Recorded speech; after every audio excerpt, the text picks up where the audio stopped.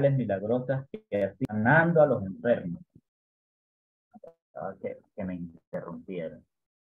Ajá, entonces Jesús subió al monte y se sentó con sus discípulos. Ya estaba cerca la Pascua, la fiesta de los judíos. Cuando Jesús miró y vio mucha gente que lo seguía, le dijo a Felipe: ¿Dónde vamos a comprar pan para toda esta gente? Pero lo dijo por ver qué contestaría Felipe, porque Jesús mismo sabía bien lo que iba a hacer. Felipe le respondió: ni siquiera el salario de 200 días bastaría para comprar el pan suficiente para que cada uno recibiera un poco, ¿sí? Entonces Andrés, que era otro de sus discípulos y hermano de Simón, Pedro, le dijo: aquí hay un niño que tiene 5 panes de cebada y 2 pescados. Pero ¿qué es esto para tanta gente? Esto vamos a pararlo aquí un momentito.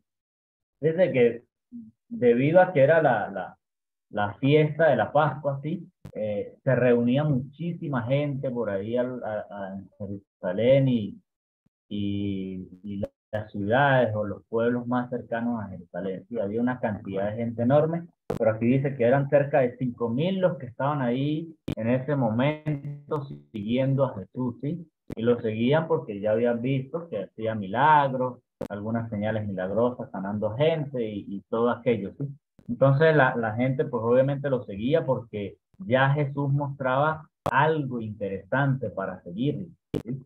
Algo que le llamaba la atención a la gente para seguirlo. Pero lo que yo quiero que nos llevemos, o una de las primeras cosas que quiero que nos llevemos esta mañana, es la manera en que Jesús pone a prueba a Felipe, ¿sí?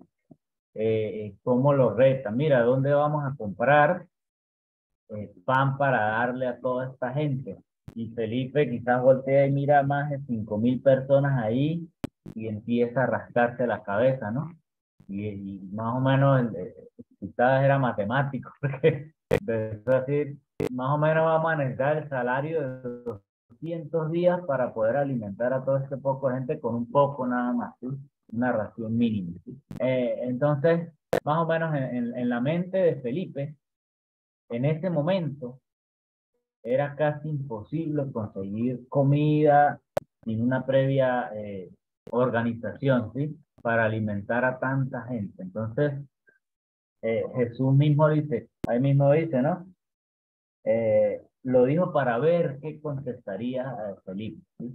Lo dijo para poner a prueba a Felipe, a ver qué iba a responder el hombre, a ver, después de ver a Jesús, de seguir a Jesús, de ver los milagros que hacía, de pronto, bueno, maestro, usted es el único que puede quizás alimentar a este poco de personas. Entonces, quizás era la respuesta que esperaba Jesús, ¿no? Debido a que ya lo había visto haciendo milagros, ¿sí?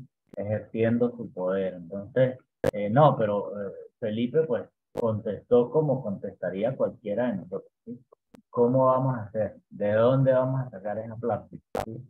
¿Dónde vamos a conseguir eso? Y bueno, luego le respondió Andrés, este, con algo también, ¿sí? Mira, aquí hay 5 panes y 2 pescados, pero imagínense, eso no alcanza sino para, quizás ni para nosotros. Quizás fue la respuesta más completa que le daría Andrés a Jesús, ¿no? Entonces, Jesús viene y hace el milagro, los alimenta a toda esa cantidad de gente, le dice a los discípulos: ordénenlos y vamos a darle comida a toda esa gente. Entonces, toda esta gente está viendo este milagro, que Jesús los alimenta, que Jesús los sacia, ¿sí? Que Jesús muestra una vez más su poder. Y imagínense, más de 5.000 personas presenciaron eso. Sí, quizás no todos vieron el momento en que brotaba el pan y los peces, y quizás todos no percibieron: "Epa, ¿de dónde salió tanta comida?", ¿sí? Era mucha gente, pero con seguridad todos se dieron cuenta: mire, ¿y qué pasó? ¿De dónde salió tanta comida? No, el maestro bendijo y mire cómo se multiplicó la comida, ¿no? Todo, aunque quizás todos no percibieron, no fue tangible para ellos, todos probaron de la comida que Jesús había multiplicado, sí, absolutamente todo. Y todos seguramente se fueron con eso. Oye, Jesús nos alimentó con 5 panes, 2 peces, los multiplicó y todo eso. Todos ellos palparon ese milagro, ¿sí?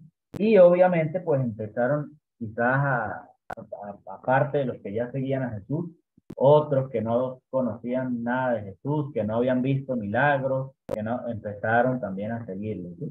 Entonces, en el versículo 25 dice, al llegar ellos al otro lado del lago, encontraron a Jesús y le preguntaron, Maestro, ¿cuándo viniste acá?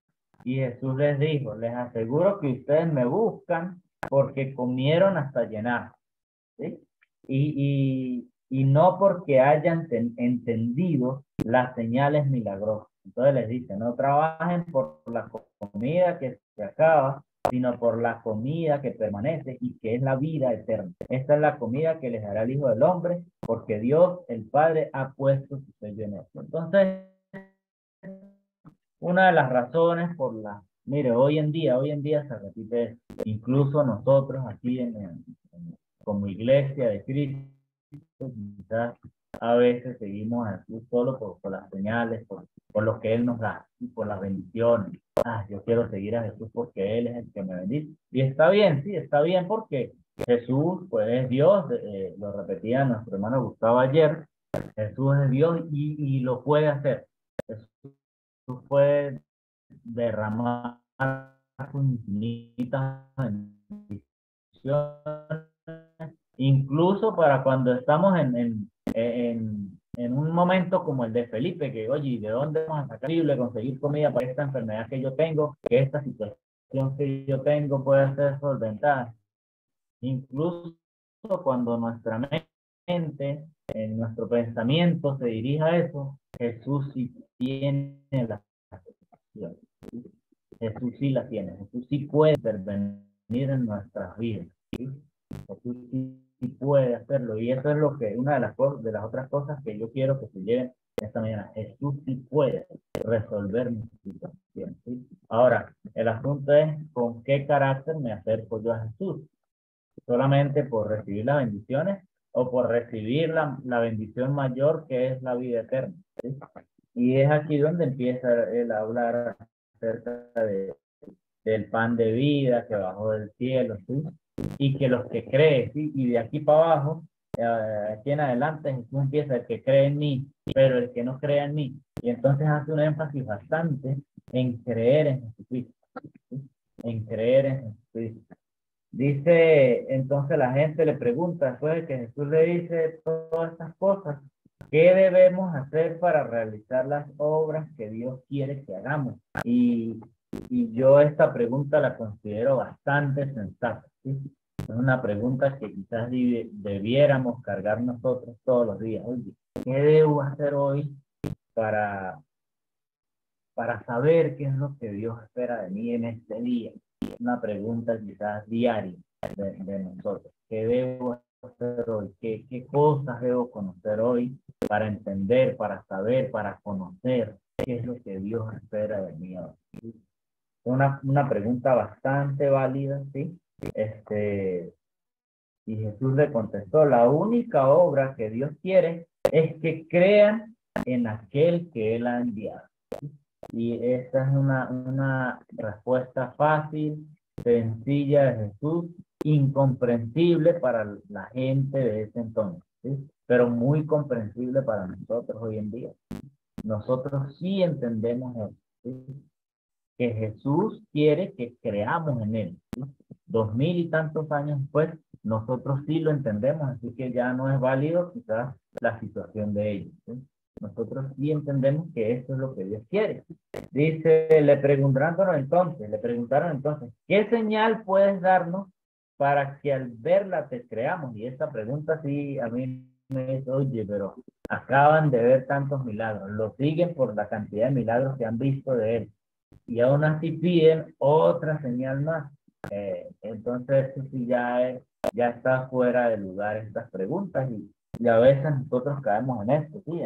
En hacer cosas quizás triviales que ya se sobreentiende que debemos hacer, debemos estar haciendo, ¿sí? Entonces, ya qué más señal milagrosa pudiéramos pedir nosotros hoy en día, ¿sí? 2000 y tantos de años después. ya nos cabe esta pregunta en nosotros. ¿Qué señal milagrosa nos tiene que dar Jesús para que al vernos nosotros creamos en Él? ¿Sí? Ya esta pregunta sí pasa a ser insensata, o sea, de acuerdo desde mi punto de vista, ¿sí? ¿Qué otra señal milagrosa después de tantas obras que ya han visto? ¿Sí?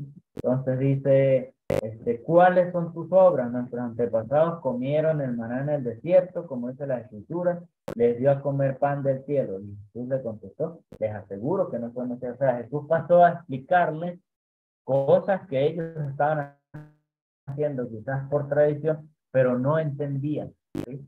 No entendían. Bueno, la hacemos porque nuestros antepasados nos enseñaron y así fue corriendo la tradición a lo largo de los años y nosotros hoy en día pues la seguimos haciendo, ¿sí? Entonces Jesús pasa a explicarles, ¿sí? Sino que fue mi Padre es quien les da el verdadero pan del cielo, porque el pan que Dios da es el que ha bajado del cielo y da vida al mundo, y ellos le recibieron.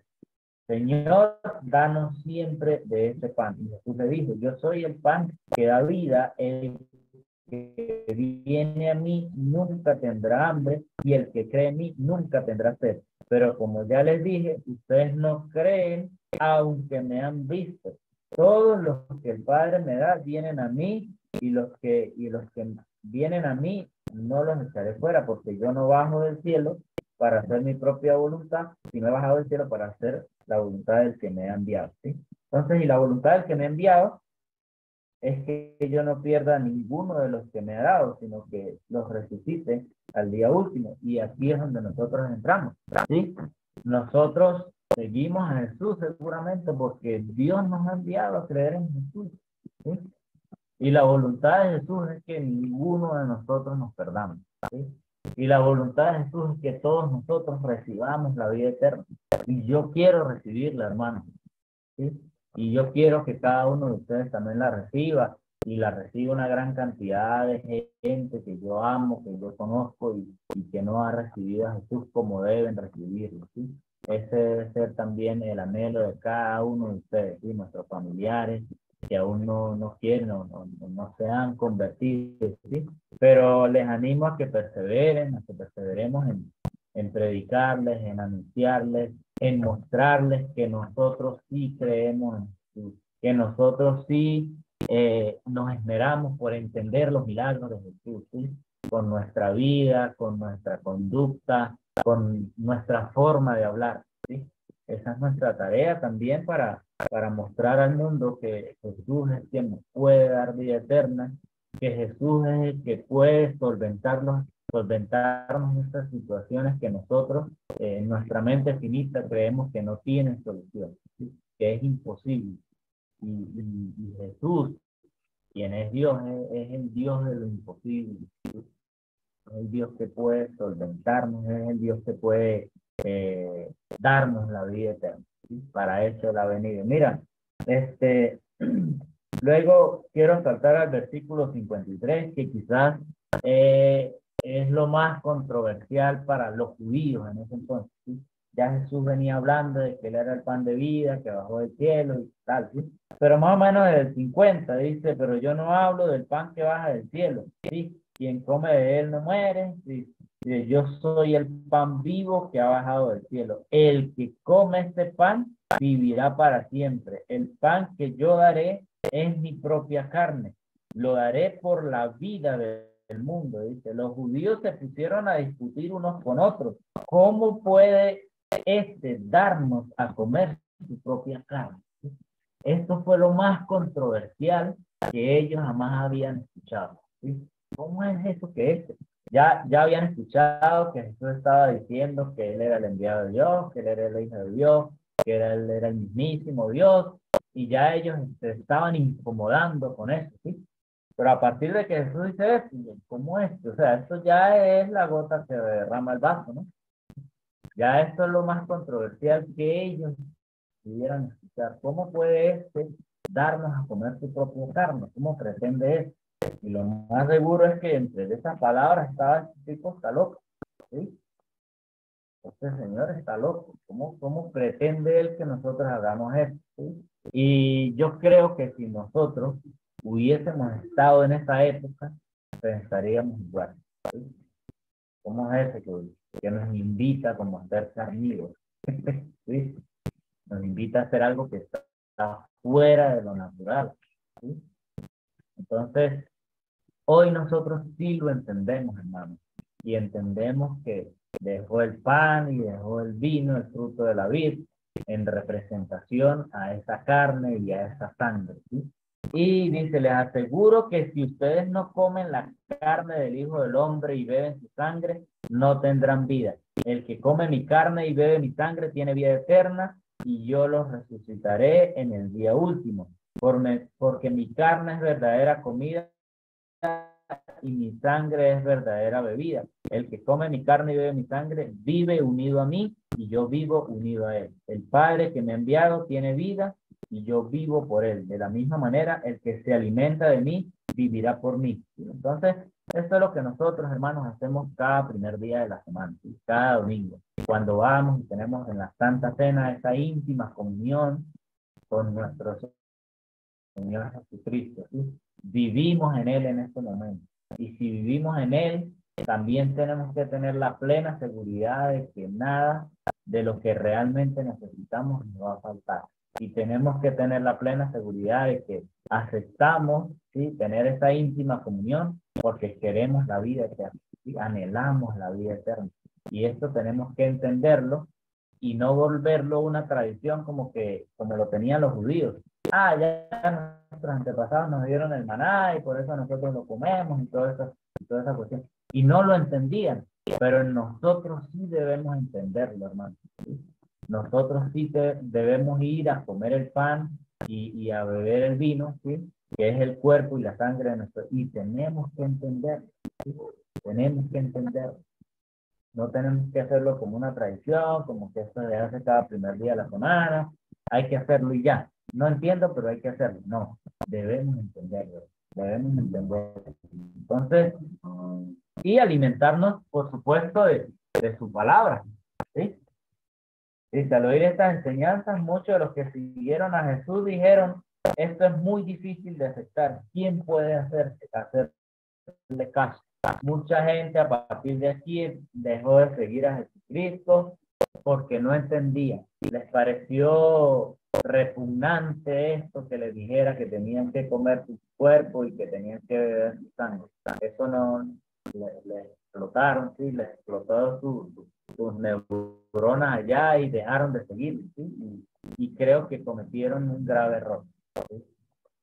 Y nosotros hoy en día quizás dejamos de seguir a Jesús por cosas más simples. Quizás la gente hoy en día deja de seguir a Jesús por cosas bien tontas y se pierde de la vida eterna. Se pierden completamente de la vida eterna. Porque aunque esto les ofendía a ellos, ¿sí? Hoy en día la gente se ofende por cosas más sencillas, más tontas, más simples y deja de seguir a Jesús. Y luego viene Pedro, bueno, Jesús le dice, mire, y también ustedes quieren dejar de seguirme. Entonces Pedro le dice, ¿a dónde iremos si solo usted tiene palabras de vida eterna? No podemos ir a más ningún lado, hermano. Lo que nos queda es perseverar y esperar la gloriosa salvación, el premio de la vida eterna. Eso, mire, nos tiene que consolar, nos tiene que dar fuerza, nos tiene que dar ánimo a seguir perseverando en este camino que ya nosotros hemos decidido. Entonces yo les invito a que sigamos leyendo, para entender, hermano, para entender las escrituras y para asegurarnos de seguir perseverando y alcanzar la vida eterna que Dios está preparando para cada uno de nosotros. Vamos a orar. Padre de la gloria, bendito seas por siempre, Señor. Te damos las gracias, Padre, por este espacio que usted nos permite, Señor, alimentarnos, Padre, de tu palabra, Señor. Ayúdanos a perseverar, Señor. Ayúdanos a entender, Padre, tus santas escrituras, Señor, a fin de que logremos, Señor, estar ahí presentes el día que tú vengas, en tu segunda venida, Señor, y llevarnos, Padre, a la gloria, Señor, a la vida eterna, Padre. Bendícenos, cuídenos, Padre. Te suplicamos que siempre nos acompañe, Señor, a través de tu Espíritu Santo en cualquiera de las tareas que nosotros realicemos a lo largo de este día.